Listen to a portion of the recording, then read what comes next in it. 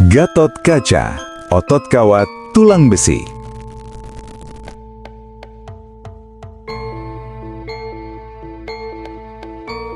Sobat semua, pada kesempatan ini saya sajikan kisah Gatot Kaca, kesatria otot kawat tulang besi, sebagai pengantar dari kisah legenda wayang Mahabharata Yuda. Sosok Gatot Kaca dalam cerita pewayangan digambarkan sebagai orang yang memiliki jiwa dan raga kuat, bahkan bisa mengalahkan musuhnya dengan mudah. Oleh karenanya, tidak heran jika sosok kesatria dari kerajaan Pringgandani ini memiliki slogan yang populer di kalangan masyarakat Jawa, yakni otot kawat tulang besi. Gatot Kaca lahir dari pernikahan Arya Bima, salah satu dari Pandawa Lima, dengan Arimbi, putri raksasa dari kerajaan Pringgandani, negeri bangsa raksasa. Dari pernikahan tersebut lahirlah seorang bayi laki-laki yang sakti mandraguna berjuluk Gatot Kaca. Sampai 1 tahun sejak kelahirannya, tali pusar Jabang Tetuka, nama Gatot Kaca ketika masih bayi, belum bisa dipotong menggunakan senjata apapun. Para Pandawa bertapa mencari pusaka yang mampu memotong tali ari-ari Jabang Tetuka. Resi Narada, atas perintah Dewa Guru, turun dari Kahyangan dan mengatakan bahwa Dewata sudah mengirim senjata konta untuk memotong tali ari-ari Jabang Tetuka. Namun, Resi Narada salah memberikan senjata tersebut, malah diberikan kepada Adipati Karna yang wajahnya memang mirip dengan Arjuna. Arjuna diperintahkan oleh Resi Narada untuk mengambil kembali senjata tersebut dari Adipati Karna. Arjuna mengejar Karna untuk merebut senjata konta. Pertempuran pun tak terelakkan. Terjadi perebutan senjata tersebut. Adipati Karna lolos dengan membawa senjata konta, sementara Arjuna hanya berhasil merebut sarung dari pusaka tersebut. Sarung pusaka konta terbuat dari kayu mastaba dan masih bisa memotong tali ari-ari Jabang Tetuka. Namun, sarung senjata itu musnah ditelan perut Tetuka. Peristiwa ini akan menjadi takdir dari Gatot Kaca. Kelak, ia akan gugur dengan senjata konta. Resi Narada membawa Jabang Tetuka ke Kahyangan dan membesarkannya. Tetuka lalu diceburkan ke dalam kawah Candra di muka. Semua dewa melemparkan beragam jenis senjata ke dalam kawah. Setelah itu, Tetuka muncul dari dalam kawah Candra di muka sebagai pria dewasa yang berbadan besar seperti raksasa dengan taring menghiasi mulutnya. Semua pusaka dewa sudah menyatu di dalam tubuhnya. Tetuka lalu berhasil membunuh Patih Sekipu, yang pada waktu itu membuat keonaran dengan menyerang di Kahyangan. Batara Guru, Raja Kahyangan, menghadiahkan kotang Antrakusuma, caping Basunanda, dan terompah pada Kacarma untuk dikenakan Tetuka. Sejak saat itu namanya berubah menjadi Gatot Kaca. Gatot Kaca terbang menuju kerajaan Troubleshoot, lalu membunuh raja yang menyuruh Patih Sekipu menyerang Kahyangan bernama Naga Percona. Kresna mengetahui bahwa dalam tubuh Gatot Kaca mengalir darah raksasa dari ibunya, Dewi Arimbi. Ia lalu memotong taring Gatot Kaca dan memintanya berhenti menggunakan sifat raksasa, dan mengingatkan bahwa jika Gatot Kaca sampai tertawa lebar dan gigi taringnya terlihat, disitulah takdir kematian akan merenggutnya.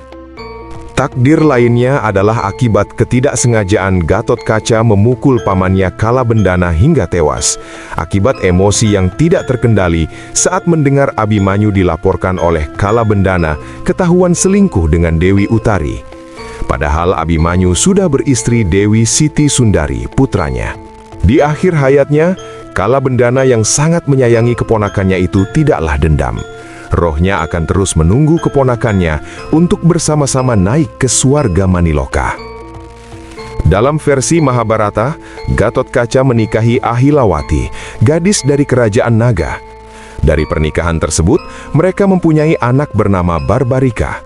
Sementara dalam versi pewayangan Jawa, Gatot Kaca sempat menikahi sepupunya Pragiwa, putri Arjuna, dan menjadi raja kerajaan Pringgandani. Dikisahkan Gatot Kaca harus berjuang keras merebut hati Pragiwa dan bersaing dengan Laksamana Mandrakumara dari keluarga Kurawa. Namun akhirnya Gatot Kaca dan Pragiwa menikah hingga dikaruniai seorang putra yang bernama Sasi Kirana. Kesaktian yang dimiliki Gatot Kaca selain didapatkan dari ayah dan ibunya, juga lantaran pusaka sakti yang diwariskan para dewa. Pusaka-pusaka itu yang dibawanya melawan pasukan Kurawa di Perang Baratayuda.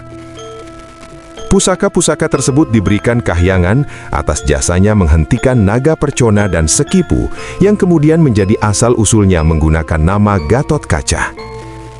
Salah satu pusaka yang didapatkannya adalah rompi ikonisnya yang bernama Antakusuma.